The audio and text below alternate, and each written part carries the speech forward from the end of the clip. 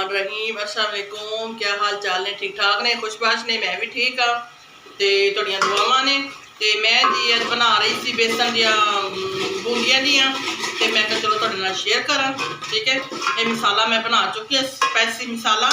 ठीक है, बूंदियां भी अच्छी तरीके ने मैं बना के उन्होंने फ्राई कर चुकी हाँ। तो मसाला बन चुका है। देखो बूंदियां मेरिया माशाल्लाह, थोड़ा जिहा करियो। तो ये आप हम लगे पाउन, इन थोड़ा बनाई लाने बूंदियां। ठीक है,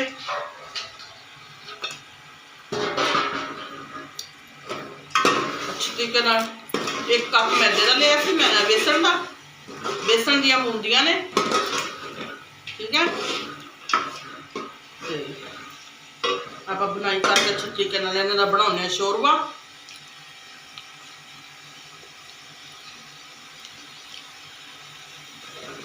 नाल ही जो मेरे। ठीक है,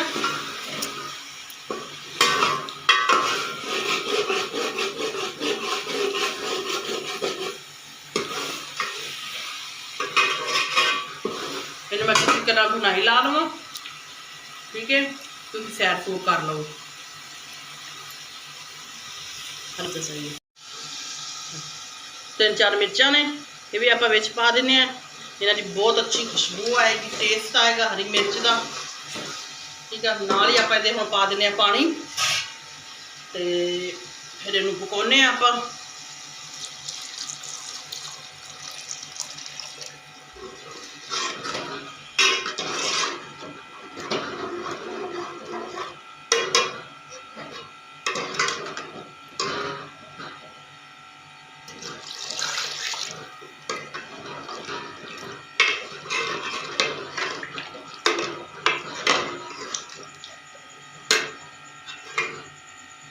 ये हम 3-4 बॉल आएंगे, अच्छी तरीके पकेगा।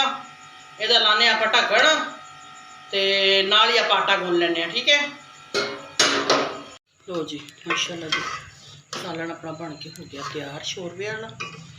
फिर तुहानूं विखाउणी डिश आउट करके। तो आ है मेरा सुक्का धनिया, हरा धनिया नूं सुका के रखिया मैं, वो हैगा वा, वो आप मल के अच्छे तरीके नाल पा दिंने।